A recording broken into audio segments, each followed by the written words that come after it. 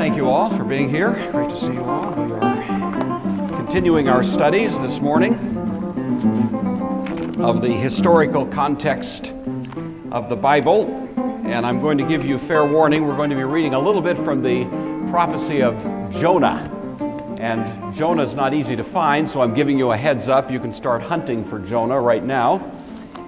It's in the Old Testament.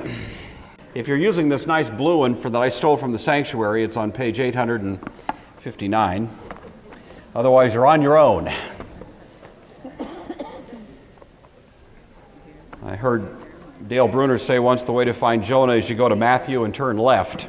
And just kind of find your way along there. So anyway, last week we started, as you recall, a discussion of the Assyrians. The Assyrians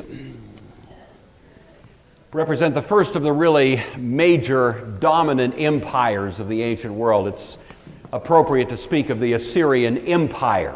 We haven't quite gotten to that part of the historical narrative yet. We're going to get right to the front edge of that era of the Assyrian Empire, and just in the spirit of completeness, we're sort of going back and reconstructing some of the history that leads up to that moment. But the Assyrian Empire itself becomes a dominant presence in the ancient Near Eastern world, and certainly a fair amount of the Old Testament narrative contemplates those Assyrians as an ever-threatening force to be reckoned with.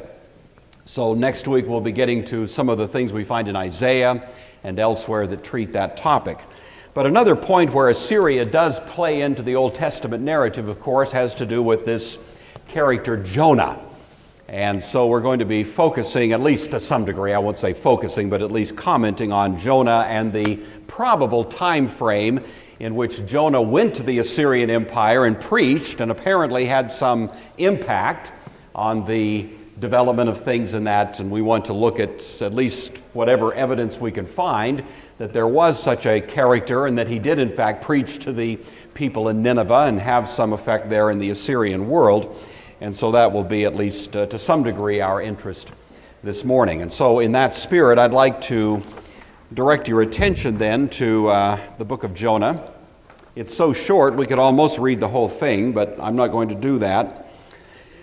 But I'd like to read a little bit of the beginning of the book, so this will start in verse 1 of chapter 1, and then also a little bit from chapter 3. So the book of Jonah, beginning at chapter 1, verse 1, this is the word of God. Now the word of the Lord came to Jonah, the son of Amittai, saying, "Go at once to Nineveh, that great city, and cry out against it, for their wickedness has come up before me." But Jonah set out to flee to Tarshish from the presence of the Lord. He went down to Joppa and found a ship going to Tarshish. So he paid his fare and went on board to go with them to Tarshish, away from the presence of the Lord. By the way, Tarshish, as best as can be reckoned, was probably on the Iberian Peninsula, or what we would call these days Spain. So he's going as far away in the other direction as he possibly can from that place that he had been called by God. Now, you know what happens, of course. He is the cause of this great storm that blows in, and finally he's thrown overboard, swallowed by a whale, or if you prefer, a great fish. And amazingly enough, it was set up with a flat screen TV, and all the accompaniments of home is very nice in there. But 3 days there in the protection of that ark, that whale, it's a motif in the Old Testament, of course, to be in a place of protection is surrounded by raging waters. He's one more example of that Old Testament picture of protection in the midst of chaos. And then God, of course, directs this fish or whale to throw him up on the sea, and then we pick up on the shore rather, and then we pick up the story beginning at verse 1 of chapter 3. The word of the Lord came to Jonah a second time, saying, "Get up, go to Nineveh, that great city, and proclaim to it the message that I will tell you." So Jonah set out and went to Nineveh according to the word of the Lord. Now Nineveh was an exceedingly large city, a 3 days' walk across. Jonah began to go into the city, going a day's walk, and he cried out, 40 more days, and Nineveh shall be overthrown. And the people of Nineveh believed God. They proclaimed a fast, and everyone, great and small, put on sackcloth. When the news reached the king of Nineveh, he rose from his throne, removed his robe, covered himself with sackcloth, and sat in ashes. Then he had a proclamation made in Nineveh by the decree of the king and his nobles: no human being or animal, no herd or flock shall taste anything. They shall not feed, nor shall they drink water. Human beings and animals shall be covered with sackcloth, and they shall cry mightily to God. All shall turn from their evil ways and from the violence that is in their hands. Who knows? God may relent and change his mind. He may turn from his fierce anger so that we do not perish. When God saw what they did, how they turned from their evil ways, God changed his mind about the calamity that he said he would bring upon them, and he did not do it. So that text in the back of your minds as we think about the ongoing story of the Assyrians. I'll tell you this probably took place around the year 780 BC. So keep that date in your mind as we're working our way along. Let's have a word of prayer and we'll get underway. Great God, we are grateful to you for the wonderful and remarkable stories that come to us from the pages of Scripture. We thank you for stories that even have a kind of outlandish aspect to them, because we think to ourselves, who could make up such things? And that it actually confirms to us all the more that there must be a great God in history who is working out his purposes in such a way that we can stand in wonder these many years later and worship you. And we give you thanks for the story that we're working through this morning. We pray your blessing on our conversation. Ask all these things in the name of Christ. Amen. So we're working through I'm calling this the Assyrian Empire. We're not there yet, but Assyriologists, as they're called, have basically divided Assyrian history up into various eras. We looked at the first 4 of these, at least to some degree, last week. And so just in the spirit of a little bit of review here, to remind you of what we've talked about, Assyria begins really with just a city, and the name of the city was Ashur, and Ashur is in the north of Mesopotamia on the Tigris, in the region that today would be part either of Iraq or possibly Iran, but that's the general vicinity in which we would find that the ruins of that city, as far as I know, are still there, and you can visit them, but there's no major population there at this point. So it begins as the story of a city. The city is able to establish its independence after the fall of the 3rd dynasty of Ur that took place around 2000 BC. That story we went through last week. We noticed that the next era is called by Assyriologists Early Assyria, and this is that 200 years or so in which now we begin to see Assyria extending itself and becoming not simply a city, but a region that was to some degree influencing and indeed in some cases dominating the regions that surrounded this. And this would be the era that we refer to as the period of the Judges. And so you recall last week we were saying that the king of Assyria, allied with Suppiluliuma, the king of the Hittites, they were able to squeeze out the Mitanni. This is all review, so it should ring a bell in your mind if you were here last week. And on the basis of that, they were able to expand their domains to some degree into, at least you might say, the backyard of Israel. But that didn't last for too long, and Assyria kind of goes into a period of decline along with the rest of the ancient world in what's sometimes called a kind of dark age. And so this is a pretty well-attested aspect of ancient Near Eastern studies, that for a couple of hundred years, you just don't hear much. You don't hear much from the Assyrians, you don't hear much from the Babylonians. The entire ancient Mediterranean world seems to go dark, at least to some degree, with the notable exception, of course, of Israel. And we were saying last week that at least appears to be an illustration of Proverbs 17:6, when a man's ways please the Lord, he makes even his enemies to be at peace with him. And in some grand sense, that seems to have been what was happening in the ancient world during this time frame. That brings us now to this period that's called the period of recovery. which begins about 9/11. Somebody asked last week if 9/11, do you think there's any correlation with that and 9/11? I don't think so. But anyway, about the year 9/11, we have this kind of reemergence now of Assyria, and this is the time frame that leads toward empire. We still haven't seen an Assyrian empire yet. That's the last of these eras. But this is the period that's heading toward empire. It begins in the year 911 BC, and there's several kings. We've looked briefly at each one of them.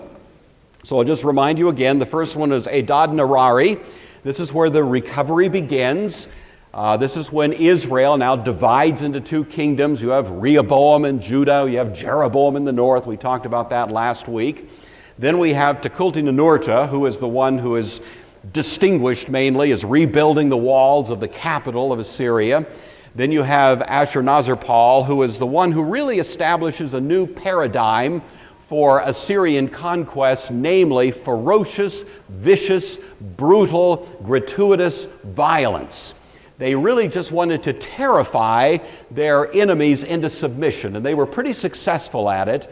And the descriptions that we have of the particular tactics that they used really will be pretty convincing, I think, to any casual reader, that people would just have a tendency to go weak in the knees, and just simply allow these Assyrians to bully their way in. And this is the guy that really distinguished himself as establishing that as almost in a new kind of outlook altogether, this sort of violent kind of methodology. The guy that we left off with was Shalmaneser III. He is most famous from our point of view because he leaves us this really impressive artifact from the ancient world known as the Black Obelisk. And the Black Obelisk is really well known and of interest to us and people interested in the Old Testament, because for the first time we have a pagan nation leaving an image of an Israelite king. And so it really is very highly confirming of the basic narrative of the Old Testament, because it fits so nicely with what's otherwise known from the Old Testament point of view. And that Old Testament king, of course, was Jehu, that we're going to be considering again just for briefly. So Shalmaneser III, that's where we left off. I want to pick up the story there and press forward basically to the time of Jonah. So you notice Shalmaneser rules until 824. As I said earlier, Jonah probably came to town about 780, so we're about 50 years prior to Jonah. So I want to, in some detail, talk about what's going on here that leads us to the time of Jonah. This is a image, a statue of Shalmaneser that's found at the Istanbul Archaeological Museum. He left quite a few of these pictures. There's some at the British Museum as well. I mentioned last week, in 35 years, he launched 31 campaigns. That's a lot of war. That's what he's doing. And the effect of that was to greatly expand the Assyrian holdings. Now, this doesn't become an empire yet, but this darker green region is simply to say all of the places that are within that dark outline were paying tribute to Assyria to keep out of further trouble with them. In other words, they were willing to pay money to not have the Assyrians come to town and do horrible things to them. It's not quite straight up rule yet, but it's very close to it. So we don't quite call this empire, but it certainly is heading in that direction. And Shalmaneser III is the guy who was able to establish that much broader kind of region under which they were exercising that kind of control. There are two occasions when the Assyrians came specifically to Syria. Now, I didn't clarify this last week, and someone asked the question after class, and I thought to myself, I need to say this. There are two words we're using here, Assyria and Syria. And they're not the same thing, right? Assyria is this imperial presence in the ancient world that we're really focused on right now. Syria is a small region, a country north of Israel, with which Israel had ongoing relationships over the years, sometimes combative, sometimes allied, but Syria is a fairly small area just to the north of Israel. Syria continues to exist to this day, as you know. The capital is Damascus, and it still shows up in the news these days. So Syria has continued to exist throughout history. Assyria is gone. There is no Assyria anymore. It's been swallowed up largely by Iran and related countries. And so I'll try to pronounce clearly and distinctly so you'll catch the difference between the two. I know sometimes that can be a little bit confusing. So my arrow here on the map is to say that the Assyrians came in and attacked Syria. Assyrian annals indicate that, and we also have corroborating evidence of that from the Old Testament itself. That attack took place, it's one of those 31 attacks, in the year 853. That would be the same year, by the way, that Ahab, the king of Israel, a wicked king, married to Jezebel, that's the same year he died, but it wasn't in that conflict. The other time that the Assyrians come and attack is in 841. So 2 times, 2 of those 31 campaigns really come into the region that we're interested in, into Palestine generally, and especially there's an attack on Syria. That second attack in 841, the king in Syria was a guy named Hazael, and he had just assassinated his predecessor, Ben-Hadad. Both of these guys are mentioned prominently in the Old Testament. They are both also mentioned in Assyrian records. Ben-Hadad was a Syrian king who had ongoing battles with Ahab, the king of Israel. Hazael assassinated him and took over and was immediately confronted by this attack from the Assyrians. And basically the result of that was he wound up under siege in Damascus. Shalmaneser did not actually take Damascus, but it did take control of the surrounding area. Jehu, the king who was at this time ruling in Israel, decided the better part of valor at this point was simply to agree to pay the tribute, which he did, and that gave rise to this black obelisk that we looked at a little bit last week. The last few years of Shalmaneser's rule were tied up in civil war back in Assyria itself, so he kind of goes dark the last few years as he's trying to do some damage control in his own region. Now, what's happening during his reign? What I would like to do as best we can is, while we're thinking about these Assyrian kings, also ask what's going on with the people of God. So we're going to keep our eye on 2 different balls here as we're proceeding, and we'll notice the intersection of these 2 stories from time to time. But during the reign of Shalmaneser, we have a fairly complex series of events that take place in Israel and in Judah, the divided kingdom. This is the only good chance, the only good excuse I'll have to cover this, so I'm seizing it right now. So you may recall this from Sunday school lessons you had 100 years ago. Maybe you went through some of this stuff, but at least now we'll have a chance to try to put it into its context. So in Judah, who's ruling? Jehoshaphat. I always thought that was a funny name when I was a kid. Jehoshaphat. I don't know. Anyway, he's a good king, gets a good positive review in the Old Testament, with the one exception that he allows his international alliances to align a little bit too closely with the king who is ruling in Israel, whose name is Ahab. And you know the story of Ahab. He's married to Jezebel. Jezebel is a Phoenician woman, princess. She, by the way, is attested to outside of the Old Testament.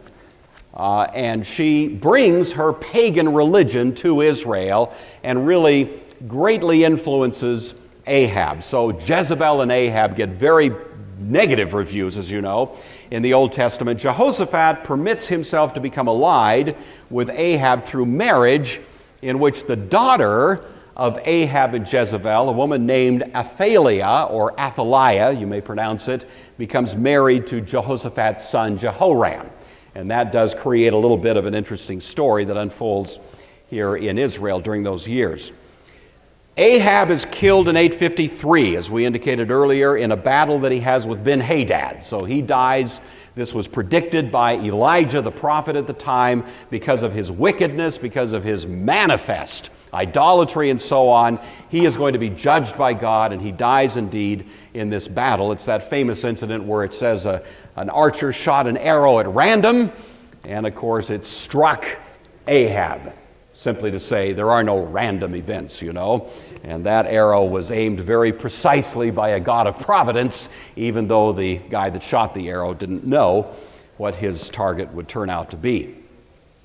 The successor to Ahab is his son, Ahaziah.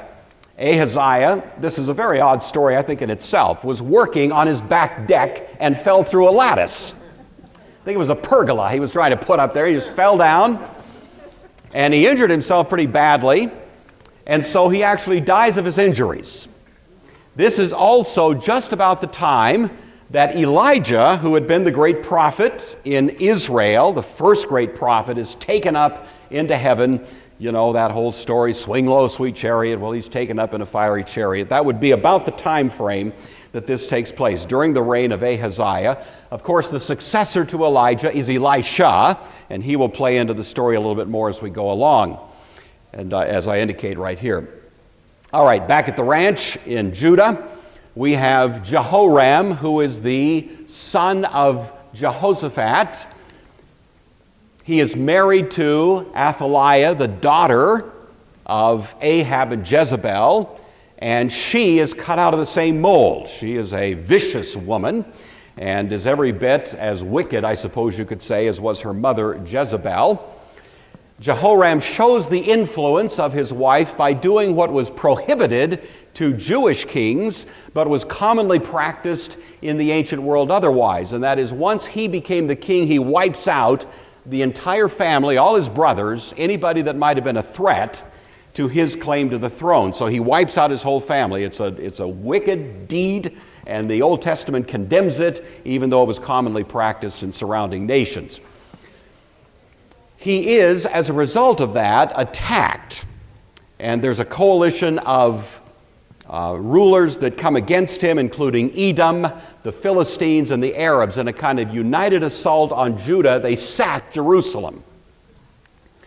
That seems to be the backdrop for the first two of what are called the minor prophets in the Old Testament. As we go along, I'm going to try to tuck into our story where the minor prophets fit. Sometimes it's hard to figure out just where they go, and so I'm going to try to include them along the way for you who are jotting this down. So Obadiah and Joel both seem to have been prophecies that were written against the backdrop of this attack against Judah during the reign of Jehoram. They don't say it specifically. It's more or less an opinion that's held by many scholars, and I tend to agree at this point that they've got it right. Obadiah is written directly against the Edomites. It's a condemnation of them, presumably because of their gratuitous attack on Judah. Joel, of course, is well known for a couple of things. He talks about a great attack of locusts, which some people believe should be taken literally. Some believe it's a metaphorical description of this attack by these Edomites, Philistines, and Arabs. More importantly, Joel is the one who is quoted by Peter on the day of Pentecost when he's construing the meaning of speaking in tongues, and he says that this is that which was spoken by the prophet Joel, you recall. I'll pour out my spirit on all flesh. Your young men will dream dreams, your old men will see visions, etc. That whole thing is from Joel. But both of them seem to show up about this time. Jehoram himself died of horrific disease that goes, it's described somewhat graphically in the Old Testament, but he dies in 841. 841 is a critical year, so we'll keep our eye on that date. And what happens is that his son, Ahaziah, or Ahaziah, it may be pronounced either way, takes the throne. You'll notice he only rules for 1 year. So what happens here? The successor to Ahaziah, who dies after he fell through the lattice, is his son, Joram. I'm sorry the names are similar. I didn't write it's just...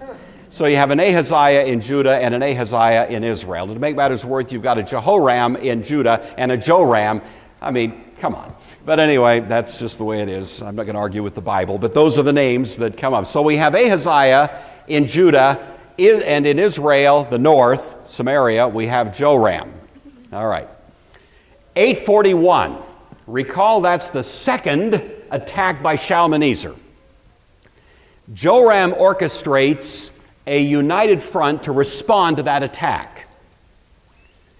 Hazael, who's the king of Syria, Ahaziah, who's the king of Judah, and Joram themselves, they go to battle, and they have at least some modest success holding off Shalmaneser first time out of the gates. However, Joram is injured in that battle, and so he goes back to his capital city, which is called Jezreel, in Samaria, the 10 northern tribes, to recover from his injuries.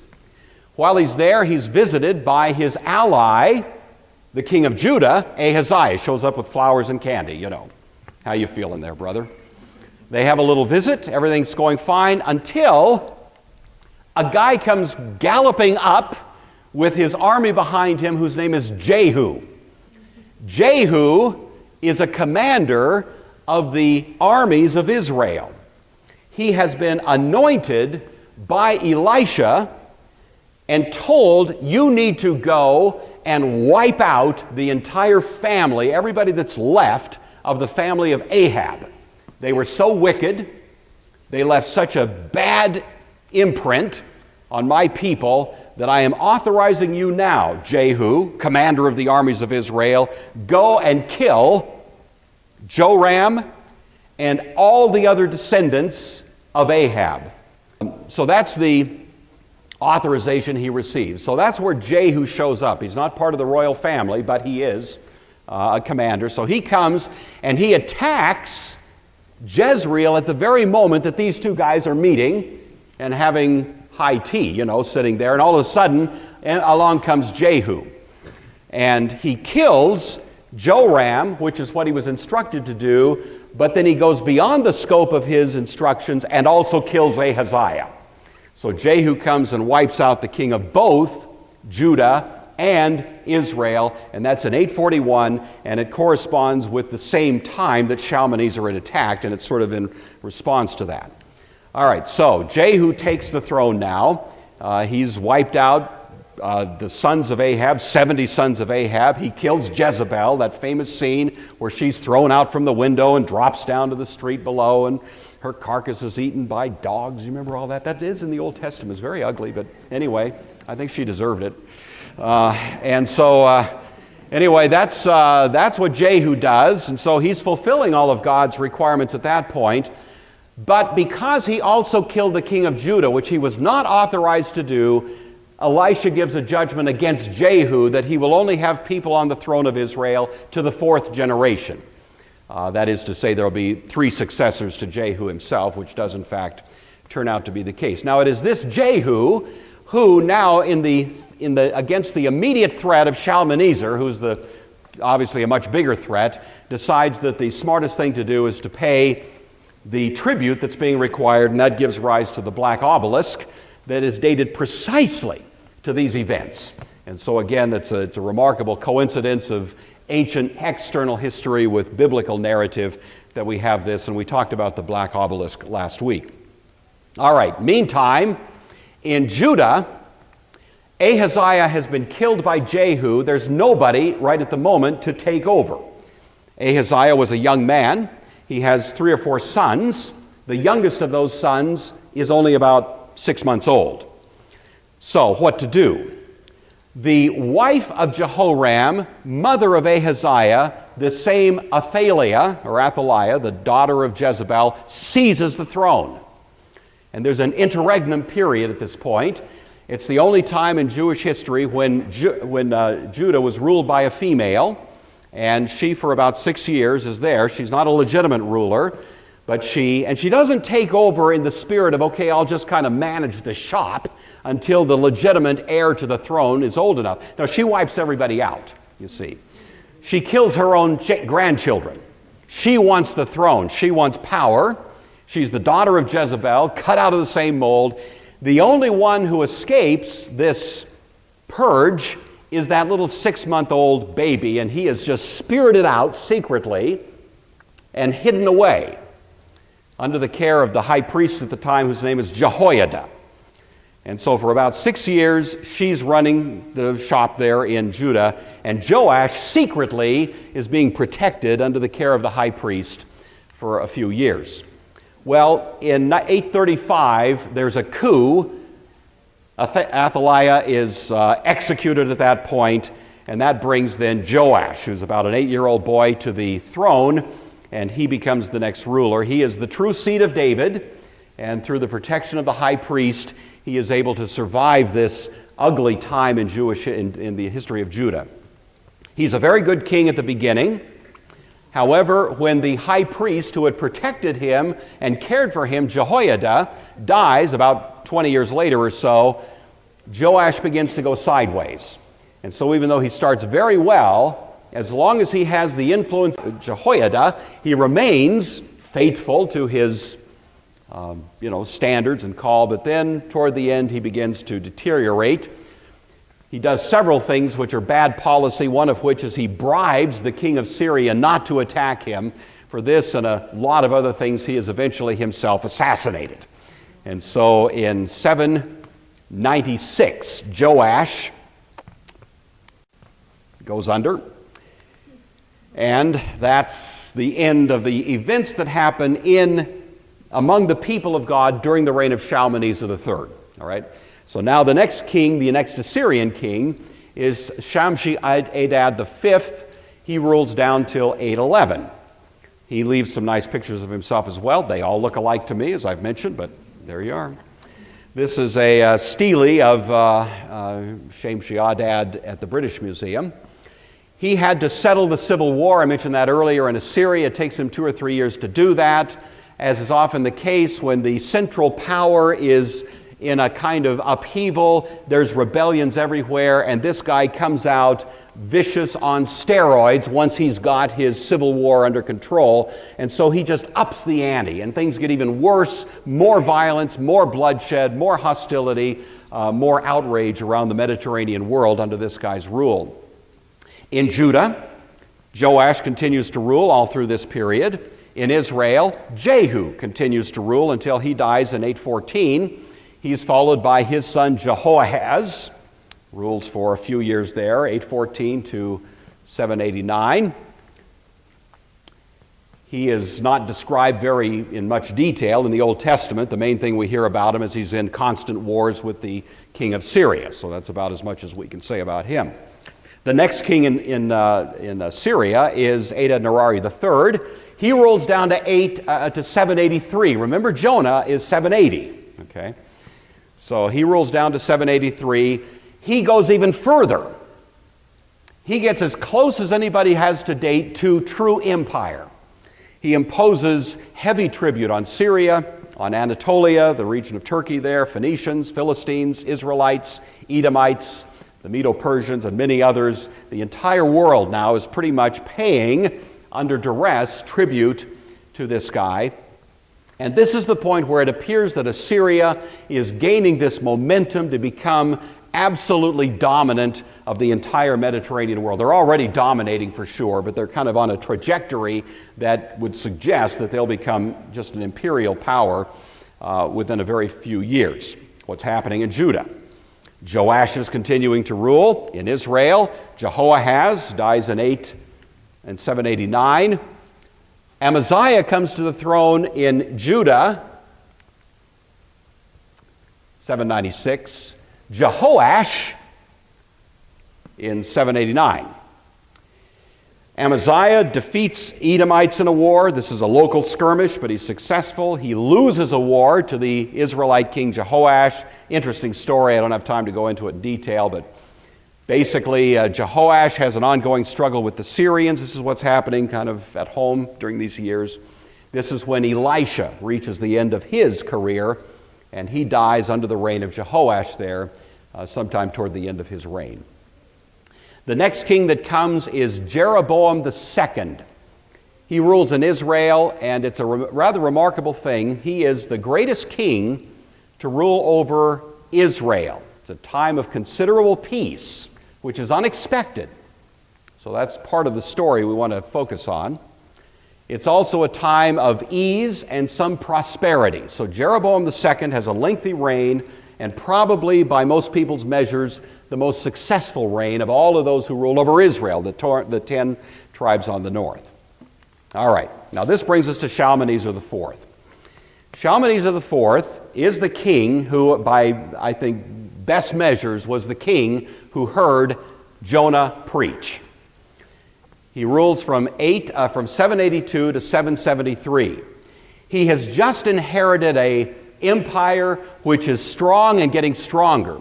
which is continuing to use increasingly violent means to extort from all of their neighbors the revenue that is making Assyria very, very wealthy at the expense of all of those that are under their dominion. So that's what's going on. That's what this guy inherits. And one would expect that that would be the ongoing kind of momentum of the Assyrians. And so it's very interesting. He comes to the throne. He's the son of his predecessor, that he is remembered later as weak and inept. Now, let me just say something here. He leaves us no records. All of these guys were just filling their annals with all of the boasts of their powerful, glorious conquests. Everyone was outdoing the last one. Everyone was selling himself as the next greatest king yet. And then all of a sudden comes this guy. You would think he'd be riding this wave, and he goes dark. We don't hear anything from him. What we do hear are later Assyrian comments about him. People who actually were even more violent, more warlike, reflecting back on their predecessors and say, this guy was a loser. Well, maybe he was a loser, or maybe he simply repented and decided that the kind of campaigns that have been carried on by the Assyrians were not the kinds of things that they should be involved in. This is pure speculation. I want to say that right up front. We don't have anything from this king, Shalmaneser IV, that says this weird guy came to town and preached a sermon and we all repented in sackcloth and ashes. We don't have that. We don't have any indication that Jonah was ever there. We wouldn't expect to have it, you know. This wasn't a time when detached history was being reported in the way that we've become accustomed to since the Greeks. It's just nothing. But it is very interesting, and I think at least highly consistent with a view that would suggest that something dramatic happened in the history of the Assyrians to cause them to just deflate with respect to their warlike kind of tendencies. And so basically this guy is quiet. And I'm suggesting to you, it's been suggested by others, not my private opinion, that this at least, though it's an argument from silence, I grant that, nevertheless is at least consistent with the message that we have from the Old Testament that Jonah preached and the people repented, particularly, it's mentioned there, of their violence. So I'll let you make your own judgment about what you want to do with that. Anyway, what's happening back at the ranch? Well, Judah is ruled by Amaziah, as I was saying, and Israel is under Jeroboam II. Jeroboam II is ruling over Israel at a time of great prosperity. This was unexpected because we would have thought the Assyrians would be there giving them grief, but the Assyrians go, as I say, just go dark. They don't show up at this point, and it gives Israel this great reprieve and a time of great prosperity. Unfortunately, they don't acknowledge the prosperity very well. They don't acknowledge that it's God who's given them this. They don't acknowledge that it was Jonah's preaching and God's providence that protected them from the threat of the Assyrians. Rather, they just presume on God's grace and use it as an excuse to drift off in the direction of disobeying God, of disregarding their covenant obligations. And so it calls forth two prophets, minor prophets in the Old Testament, the first of whom is Amos. If you know anything about Amos, you know that Amos was a sheep herder in Judah, but he's called by God. He famously says, I'm neither a prophet nor the son of a prophet. But nevertheless, he goes to Israel and he preaches against them, specifically with respect to the kind of casual life that they're living, this time of prosperity and ease. He condemns them for being at ease in Zion, that famous line that comes from Amos. He also refers, I think somewhat humorously, to what he calls the fat cows of Bashan. Not very complimentary, of course. He's talking about the women who are just gorging themselves in a life of ease and indulgence. And Amos, kind of rude, but that's what he calls them. If you don't believe me, just read Amos. It's there, you'll find it. And otherwise, Amos is a wonderful prophet for people to read who are living in times of relative peace and ease in their Christian experience. Amos is a very relevant book, I think, for any Christians who are not facing probable death day by day. You know, if we lived in China, we'd have a very different kind of faith experience than we do living in Spokane, Washington. And sometimes I think we need to hear a little bit more of Amos sometimes. But anyway, he's the first of these two prophets. The other one is Hosea. Hosea is a remarkable story. You recall he's told by God to go and marry a woman of the streets, marry a prostitute. Many people have thought that can't be. This must be metaphorical, and I don't know, maybe it is, but the story doesn't seem to be metaphorical. It does seem to be what God actually told him to do, and it's what he did. He marries a woman named Gomer, and she had been a prostitute. He takes her into his home, cares for her, but after a period of time she leaves and goes back to her prior profession. And that becomes this amazing object lesson that's used through the voice of Hosea to say, this is what Israel has done. She has forsaken her covenant husband. She's gone back to the streets, back to a kind of spiritual adultery and idolatry. And the story of Hosea is, in a sense, intended, calculated to say this is what God is dealing with his people. And so both of these, called minor prophets, Amos and Hosea, are prophets that come to Israel during the reign of Jeroboam II.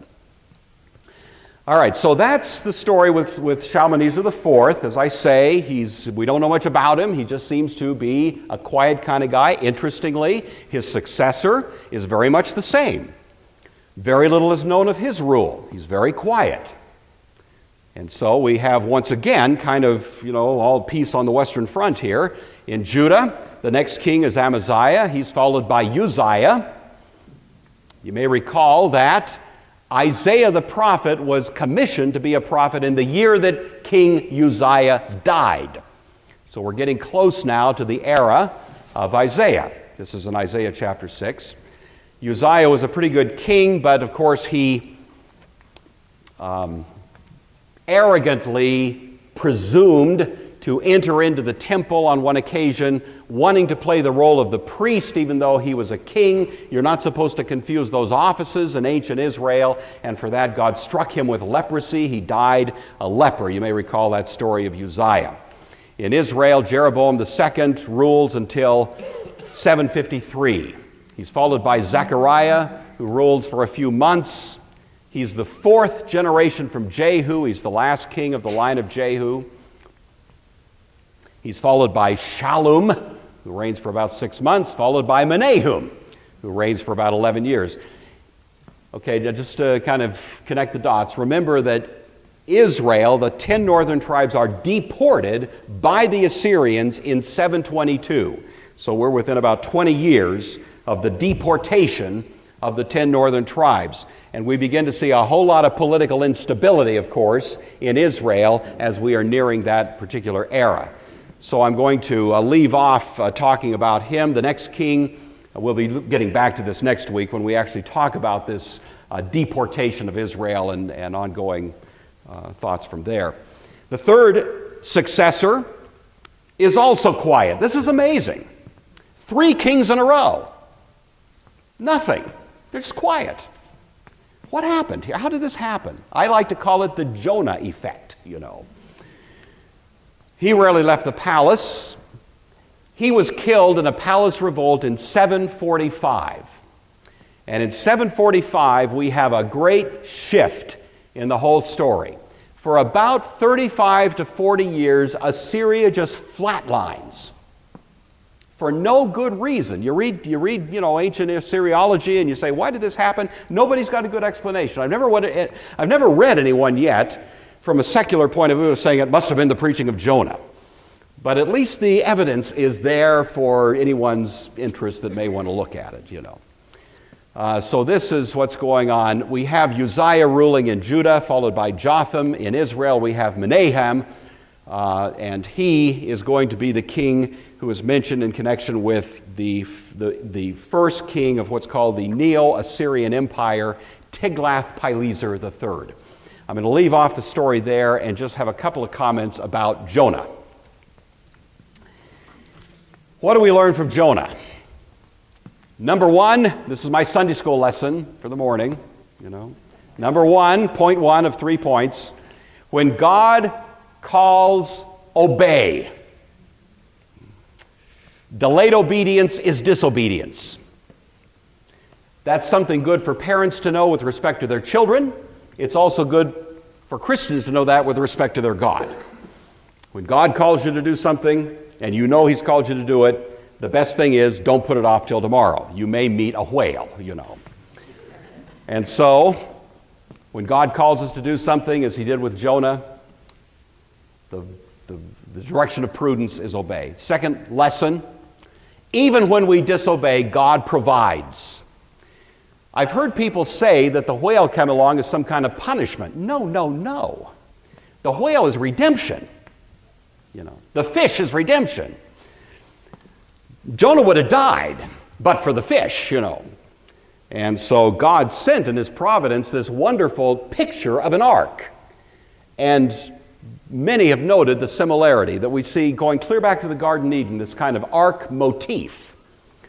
Noah's ark, Moses in the ark there in the river and so on, this idea of being protected in the midst of swirling waters. And you read the prayer of Jonah that he prays from the belly of the whale. And you see how he's giving a prayer of thanksgiving for God's deliverance. And so when we do disobey, it doesn't mean God will abandon you. It just means that you may, run into a big fish. So there you are. And you can give thanks for that if it should happen. The third lesson and last one that I want to leave you with from Jonah is never underestimate the power of God's word. Jonah did not want to preach to the Assyrians. He didn't like the Assyrians because the Assyrians were notoriously violent, idolatrous, wicked, evil, horrible people. And when God said to Jonah, I'm going to send fire and brimstone on the Assyrians, Jonah was ecstatic. The last thing he wanted was for God to give them mercy. It wasn't that he didn't want to go to the Assyria because he was afraid of the Assyrians. He didn't want to go because he was afraid God would make good on His word. And that's exactly what God did. And it did make Jonah very upset. You recall chapter 4 of Jonah in that connection. I bet that when Jonah walked through the streets of Nineveh, he preached some of the most lackluster sermons you've ever heard. I bet that those sermons were so deadly boring that it would have put any of us right to sleep. But God can fill, can you imagine him walking through 40 days, God's going to get you guys. Better watch out. He's just hoping no one will hear it because he doesn't want mercy for the Ninevites. But even that lackluster sermon, even that sermon that probably wasn't filled with prophetic passion that we might have expected, is what God was able to use to change their hearts.